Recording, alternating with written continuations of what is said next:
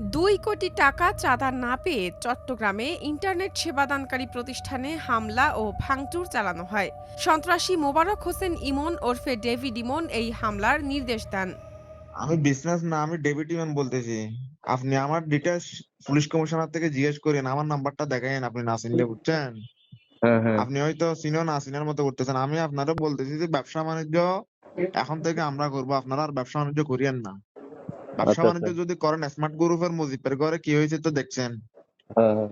Smart গ্রুপের মুজিব থেকে যায় আমার কথা জিজ্ঞেস করিয়েন না, বলা সাজ্জাদ গ্রুপের ডেভিড ইমানে কল দিয়েছেন। আচ্ছা, আপনারা আচ্ছা। আমি 2 দিন টাইম দিয়েছি, 2 দিনের ভিতর ব্যবসা বাণিজ্য গুছাই ফেলবেন, আর ব্যবসা বাণিজ্য করবেন না আমাদের ফলাফাইন ব্যবসা করবে। ডেভিডের নির্দেশে এ কাজে নেতৃত্ব দেন ইমনের সহযোগী রোহেন মিয়া। তার নেতৃত্বে সন্ত্রাসীরা 3 ভাগে ভাগ হয়ে ওই প্রতিষ্ঠানে হামলা চালান। হামলায় অংশ নেওয়া রোহেন সহ 9 জনকে গ্রেপ্তার করা হয়েছে। 19 জুলাই এক সংবাদ সম্মেলনে এ তথ্য জানায় র্যাব। এ সময় জানানো হয়, গতকাল রাতে চট্টগ্রামের বিভিন্ন এলাকা থেকে তাদের গ্রেপ্তার করা হয়। গতকাল 18 জুলাই বিকেল থেকে শুরু করে অদ্য 19 জুলাই ভোর 5:30 পর্যন্ত চট্টগ্রাম শহরের বিভিন্ন স্থানে অভিযান পরিচালনা করে র্যাপিড অ্যাকশন ব্যাটালিয়ন 7 কর্তৃক উক্ত ঘটনায় সরাসরি সম্পৃক্ত এবং হামলায় অংশগ্রহণকারী মোট 9 জন আসামিকে গ্রেপ্তার করা হয়। এবং একই সাথে গত 3 দিনে পুলিশ কর্তৃক আরও 4 জন আসামি গ্রেপ্তার করা হয়েছে। যে 9 জন আসামি র্যাব কর্তৃক গ্রেপ্তার করা হয়েছে, এই 9 জন আসামির মধ্যে একজন মাইকেল রোহেন মিয়া প্রকাশ মাইকেল, সে ছিল এই হামলার সংগঠন যারা করেছে তাদের 3 জনের একজন।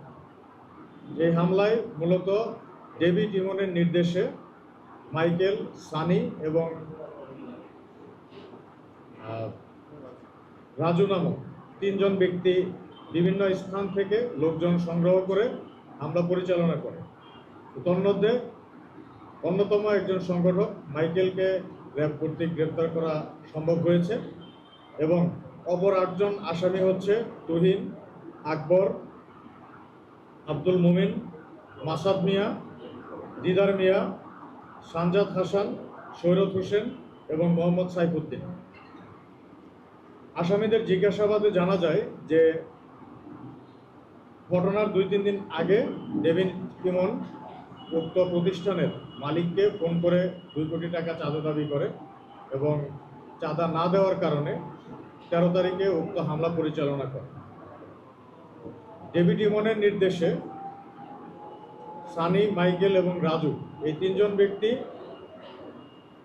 চকবাজার, বাকুলিয়া, বদ্দারহাট, রাউজান এই বিভিন্ন এলাকা থেকে বেশ কিছু লোকজন সংগ্রহ করে এবং তাদেরকে দিয়ে দেশীয় অস্ত্র দিয়ে এই প্রতিষ্ঠানে হামলা চালায়। তারা প্রাথমিকভাবে এসে বদ্দারহাট এলাকায় একটি জায়গায় বাসে করে আসে, সেখান থেকে অটোরিকশাতে করে বিভিন্ন দলে বিভক্ত হয়ে বাকুলিয়া এক্সপ্রেস রোড এলাকায় গমন করে। সেখানে গমন করার পর তারা ছোট একটি দলকে বাকুলিয়া এক্সপ্রেসওয়ে এলাকায় রাস্তার মধ্যে নিয়োজিত করে রাখে, যাতে র্যাব, পুলিশ বা অন্যান্য আইন শৃঙ্খলা রক্ষাকারী বাহিনীর সদস্যরা আসছে কিনা এটা নজরদারি করার জন্য।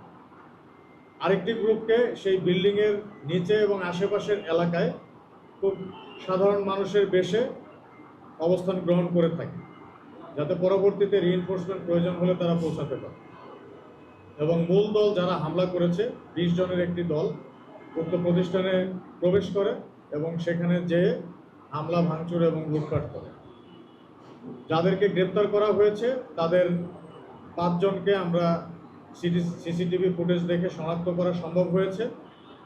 বাকি 4 জনের মধ্যে 3 জনকে অন্যান্য আসামিদের কাছ থেকে নাম প্রাপ্তি সাপেক্ষে তাদেরকে গ্রেপ্তার করা হয়েছে এবং মাইকেল নামক যে ব্যক্তিটি সংগঠকের দায়িত্ব পালন করেছে তাকে গ্রেপ্তার করার পর তার মোবাইল ফোনে একটি ছোট ভিডিও ক্লিপ আমরা খুঁজে পাই, যে ভিডিও ক্লিপের মধ্যে দেখা যায় যে ঘটনার দিন 13 তারিখ আনুমানিক 10:30টার দিকে সে একদল লোককে সংগঠিত করে এই হামলা পরিচালনার জন্য ব্রিফিং প্রদান করে এবং ব্রিফিং শেষে তারা অত্যন্ত উচ্ছ্বসিতভাবে অপারেশনে যাওয়ার জন্য প্রস্তুত, এই ধরনের একটি কার্যক্রম পরিলক্ষিত। সংবাদ সম্মেলনে র্যাবের এই কর্মকর্তা বলেন ৯ জনের মধ্যে ৪ জনকে ঘটনাস্থলের সিসিটিভি ফুটেজ দেখে গ্রেপ্তার করা হয়েছে। তাদের কাছ থেকে পাওয়া তথ্যের ভিত্তিতে অন্যদের গ্রেপ্তার করা হয়। তাদের থানায় হস্তান্তর করা হয়েছে। ১৩ জুলাই দুপুরে চট্টগ্রাম নগরের বাকলিয়া অ্যাক্সেস রোড এলাকায় একটি ইন্টারনেট সেবাদানকারী প্রতিষ্ঠানে হামলা ভাঙচুরের ঘটনা ঘটে।